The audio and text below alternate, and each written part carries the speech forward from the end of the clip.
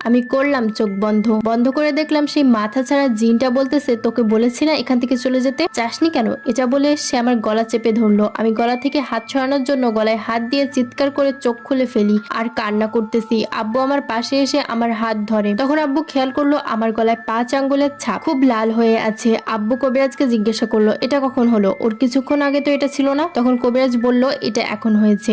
আব্বু বলল, এখন মানে? আমরা সবাই তো এখানেই বসেছিলাম। কবিরাজ বলল, আলিফা যখন চোখ বন্ধ করেছিল তখন হয়েছে। কবিরাজ আর কিছু না বলে আব্বুকে বলল, আপনি আগের জায়গায় গিয়ে বসুন। তাই আব্বু কিছু না বলে বসে পড়ে। আবার কি কি দোয়া পড়ার পর কবিরাজ আমাকে বলল, উঠো, আমার সাথে চলো। আর সাথে খাসিটা আর লাল কালো কিসের যেন গুঁড়ো আর গরুর শিং এগুলো সাথে নিয়ে হাঁটা শুরু করলেন। সাথে আব্বু আসতে চাইছিল কিন্তু কবিরাজ বারণ করলো। তাই শুধু আমি আর কবিরাজ গেলাম। কবিরাজ আমাকে বলল, আমার সাথে চলো। আমিও তার সাথে হাঁটা শুরু করলাম। দেখলাম একটা কবরস্থানের মধ্যে ঢুকলো। আমি কবরস্থানের বাহিরে দাঁড়িয়েছিলাম। কবিরাজ আমাকে বলল, আমার কাছে আসো, ভয় পেও না। তাই আমি কবিরাজের কাছে গিয়ে দাঁড়ালাম। পরবর্তীতে দেখলাম কবিরাজ লাল সুতো এবং কিছু জিনিস নিয়ে কাজ করতে থাকলো আর চারিপাশ থেকে শিয়ালের ডাক শোনা যাচ্ছে। আমার ভয় লাগতেছিল। কবিরাজকে ছাড়া নানা আব্বু থাকলে একটু সাহস পেতাম, এসব ভাবতেছিলাম। খেয়াল করলাম কবিরাজ সেই খাসিটাকে ছেড়ে দিল। তখন খাসিটার সাথে সাথে কিছু দূর একটা কবরের পাশে গিয়ে থেমে গেল। কবিরাজ সেই খাসির কাছে গেল,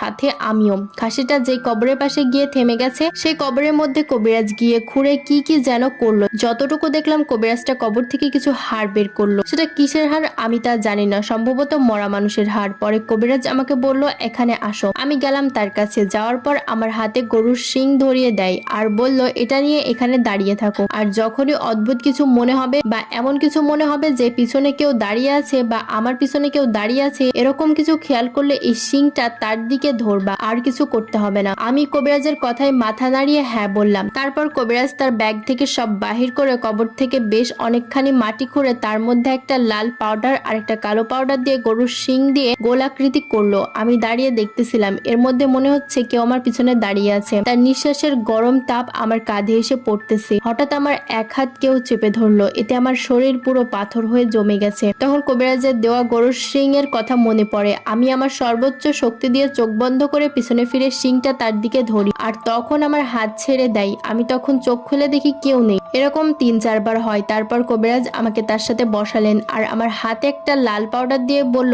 আমি যেখানে লাল পাউডার দিয়েছি তুমিও ওখানে দাও। সাবধান, এই গোলটার বাইরে যেন না পড়ে লাল পাউডার গুলো। আমি মাথা নাড়িয়ে হ্যাঁ বলে লাল পাউডার গুলো দিলাম। কবিরাজ আবারও আমার হাতে কালো পাউডার দিয়ে সেম কথা বললেন। আমিও দেই। কবিরাজ আবার আরেকটা গরুর শিং আমার হাতে দিয়ে বলে, লাল ও কালো পাউডারের চারিদিকে এই শিং দিয়ে গোলাকৃতি বানাতে। আমি গোলাকৃতি করলাম। করার পর কবিরাজ ওখান থেকে কিছুটা মাটি হাতে নিয়ে কি কি যেন পড়লো। বিড়বিড় করে পড়ে মাটিগুলো সে লাল ও কালো পাউডারের উপর ফেলাই দিয়ে উঠে দাঁড়িয়ে পড়লো কবিরাজ। তার ব্যাগ থেকে একটা বই বের করে বইটা দেখে অনেক কিছু পড়তেছিল আর একটু পর পর খাসিটার উপর ফু দিচ্ছিল। যখন খাসিটার উপর ফু দিচ্ছে তখন খাসিটা ছটফট করছিল আর চারিদিক থেকে তখন অনেক শিয়ালের ডাক কানে আসতেছিল। হচ্ছিল অনেক কাছে থেকে ডাকছে। কিছুক্ষণ কবিরাজ সেই বইটা দেখে পড়ে খাসির চারিদিকে গোল দাগ এঁকে দিলেন।